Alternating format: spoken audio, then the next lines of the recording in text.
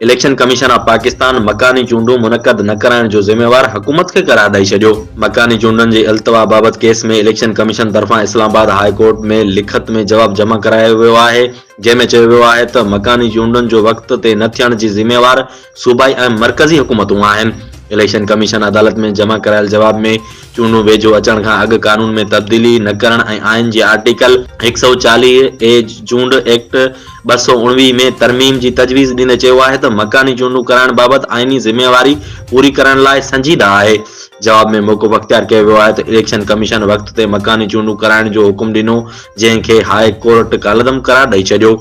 Section 219 जे तहत local government कानून खे नज़र में रखंदी चूंडू कराईंदासीं, पर जॾहिं चूंडनि जी तैयारी मुकमल हूंदी आहे त वफ़ाक़ी ऐं सूबाई हुकूमतनि तरफ़ां कानून में तब्दीली सां इलेक्शन जे वक़्त ते मुनक़द करण में रंडकूं पैदा थींदियूं आहिनि। जवाब में वज़ाहत कई वई आहे त कानून में मौजूदा तरमीम जो मक़सदु मर्कज़ या सूबाई हुकूमतनि खे चूंडू वेझो अचण खां अॻु कानून में तब्दीली खां रोकण आहे। इलेक्शन कमीशन पंहिंजे जमा करायल जवाब में अदालत खां दरख़्वास्त गुज़ारनि जी इस्तदा रद्द करण जी अपील कई आहे।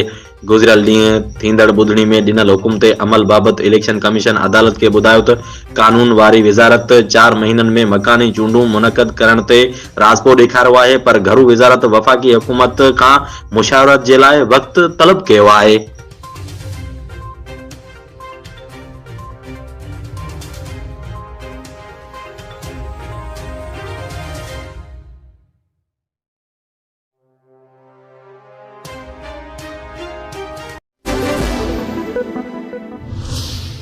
दहशतगर्दी के खतरे के नज़र में रखंदे वफ़ाक़ी राजधानी इस्लामाबाद में सिक्योरिटी रेड अलर्ट कई वई आहे, जॾहिं त कानून लागू कंदड़ इदारनि इम्कानी खुदकश बमबार जी तस्वीर बि जारी करे छॾी आहे।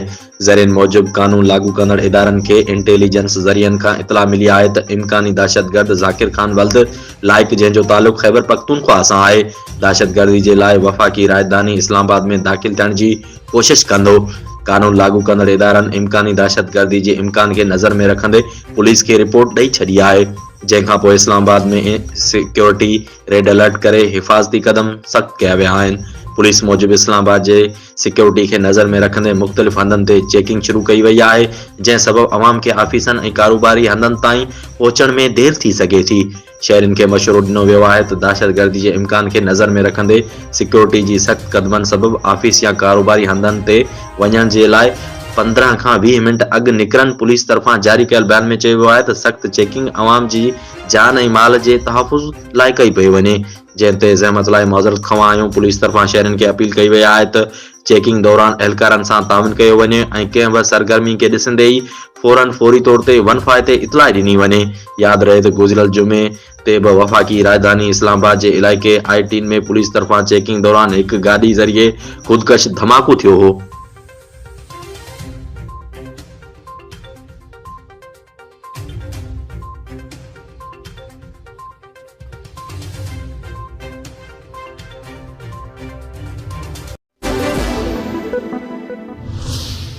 PTI अॼु समूरे मुल्क में महंगाई खिलाफ़ एहतजाज जो ऐलान करे छॾियो। इमरान खान जी सरबराही में पाकिस्तान तहरीक इंसाफ PTI जे सीनियर अॻवाननि जे इजलास में कयल फैसलनि तहत महंगाई खिलाफ़ अॼु जुमे ॾींहं खां समूरे मुल्क में एहतजाज कयो वेंदो। PTI अॻवान फवाद चौधरी चयो त PTI असेंबली मेंबर पंहिंजनि तकनि में मुज़ाहिरनि जी अॻवानी कंदा।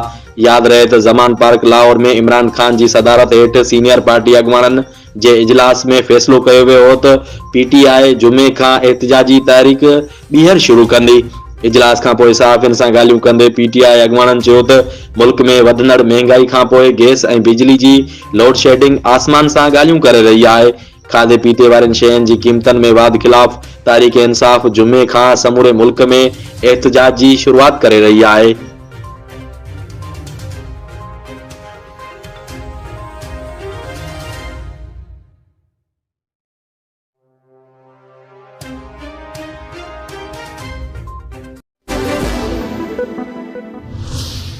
वज़ीर आज़म शहबाज शरीफ जी सदारत हेठि दहशतगर्दी जी ताज़ी लहर ऐं मुआशी सूरत हाल ते क़ौमी सलामती कमेटी जो इजलास ख़त्म थी वियो आहे, जंहिंमें दहशतगर्दनि खिलाफ़ कार्रवाइयूं तेज़ करण जो फ़ैसिलो कयो वियो आहे।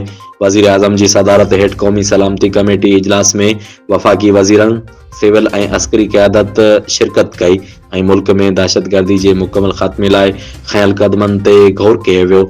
जॾहिं त इजलास में DGISI तरफ़ां मुल्क जी सिक्योरिटी सूरतहाल ऐं मुल्की सलामती ते ब्रीफिंग ॾिनी वई।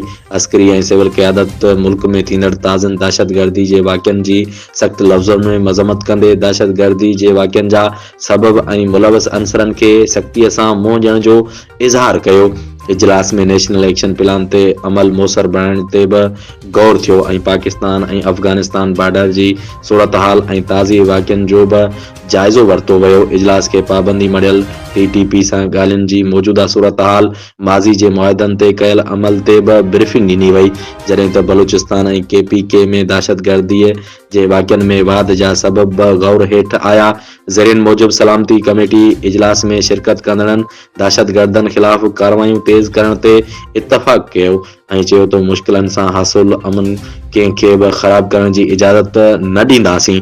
वज़ीर आज़म शहबाज शरीफ़ चयो त दहशतगर्दी ख़िलाफ़ साबित क़दमीअ सां मिली अॻियां वधंदा रहंदासीं। मुल्क जी सलामती खे चैलेंज कंदड़नि खे हाणे लिकण जी बि जाइ न मिलंदी। वज़ीर आज़म चयो त क़ौम जूं दुआऊं पंहिंजी बहादुर फ़ौज सां गॾु आहिनि।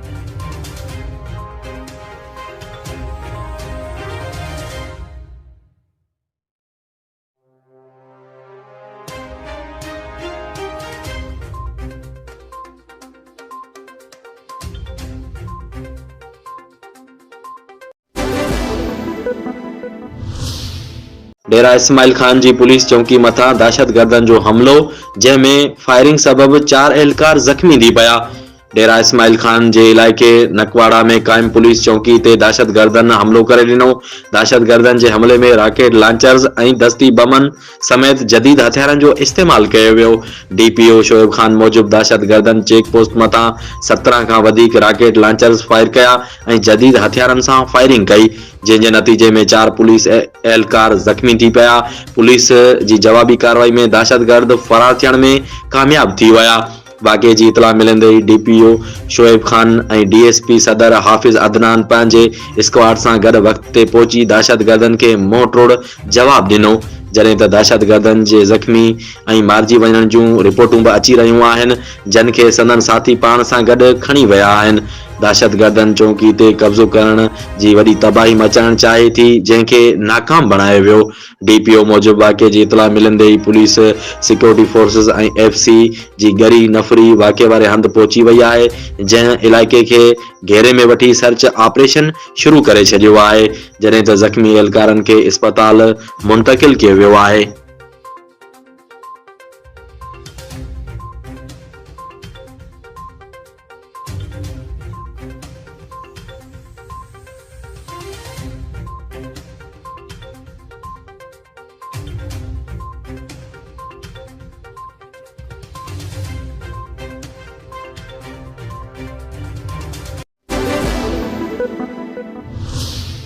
कराची में सिंध जे सूबाई वज़ीर सरजील मेमून मुकेश कुमार ऐं जेलनि बाबति सलाहकार एजाज़ जखरानी चयो आहे त सिंध जे कंहिं बि जेल में को बि अफ़गानी ॿार कैद न आहे।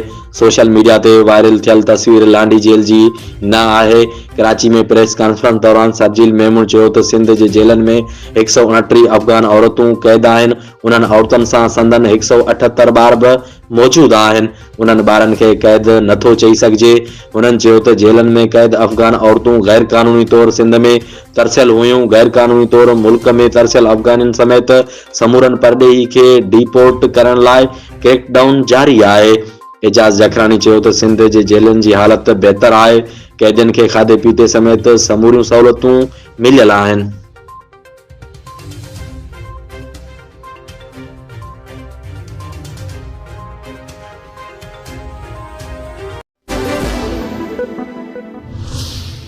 नामियारी अदाकारा सबा कमर जी हिकु वीडियो समाजी राब्तनि जी मुख़्तलिफ़ वेबसाइटनि ते तेज़ी सां वायरल थी रही आहे, जंहिंमें हूअ दिसंबर में मोकलूं मल्हाइण बदिरां लाॻीतो कमु करण ते नाराज़ नज़र अची रही आहे।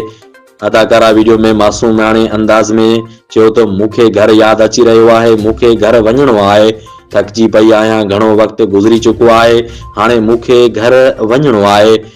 हुन चयो त दिसंबर में सभु मोकलूं मल्हाइण लाइ सैर सयाहत ते निकिरी वेंदा आहिनि। आउं महीने खां कराची जे रोडनि ते टैक्सी हलाए रही आहियां। वाज़े रहे त अदाकारा सबा कमर अॼुकल्ह पंहिंजे ईंदड़ प्रोजेक्ट जी अक्सबंदी जे सिलसिले में कराची में तरसियल आहे, जिते हूअ पंहिंजे इंतहाई मसरूफ़ शेड्यूल सबबि गुज़िरियल 1 महीने खां मुसलसल कमु करे रही आहे।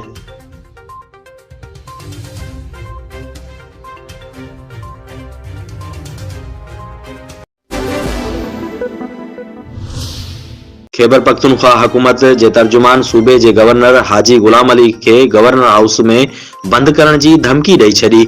खैबर पख्तूनख्वा जे गवर्नर ऐं सूबाई हुकूमत विच में सरकारी हेलीकॉप्टर जे इस्तेमाल लाइ सूरत हाल लाॻीतो छिकताण वारी थी रही आहे।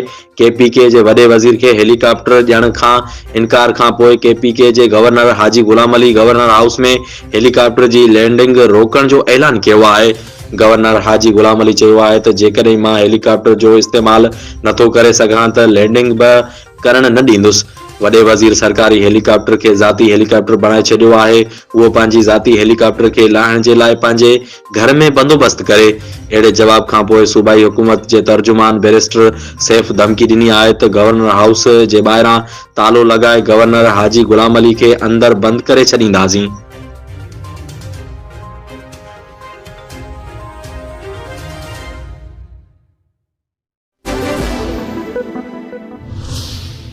भारतीय वज़ीर आज़म नरेंद्र मोदी जी वालदा हीराबेन मोदी 100 सालनि जी उमिरि में देहांत करे वई। हीराबेन खे अरबा ते तबियत ख़राब थियण ते अहमदाबाद जी UN माता इंस्टीट्यूट ऑफ कार्डियोलॉजी अस्पताल में दाख़िल कयो वियो, जिते हू अॼु सुबुह जो देहांत करे वई। वज़ीर आज़म नरेंद्र मोदी पंहिंजे अबाणे इलाइक़े अहमदाबाद गुजरात में जुमे जी सुबुह पंहिंजी वालदा हीराबेन मोदी जो आख़िरी रस्मूं अदा कयूं। भारतीय वज़ीर आज़म नरेंद्र मोदी पंहिंजी वालदा खे ख़राज अक़ीदत पेश कंदे ट्वीट कयो त 100 सालनि जो अज़ीम सफ़र मुंहिंजी वालदा जी देहांत खां पोइ ख़त्म थी वियो आहे। भारतीय वज़ीर आज़म अक्सर अहम मौक़नि ऐं त्योहारनि ते पंहिंजी वालदा खां आशीर्वाद वठण वेंदो हो। होॾां पाकिस्तान जे वज़ीर आज़म शहबाज शरीफ नरेंद्र मोदी जी वालदा जी देहांत ते ताज़ियत जो इज़हार कयो। वज़ीर आज़म शहबाज शरीफ पंहिंजे ट्वीट में लिखियो त माउ जे वञण खां पोइ उन खां वॾो ॿियो को नुक़सान न हूंदो आहे।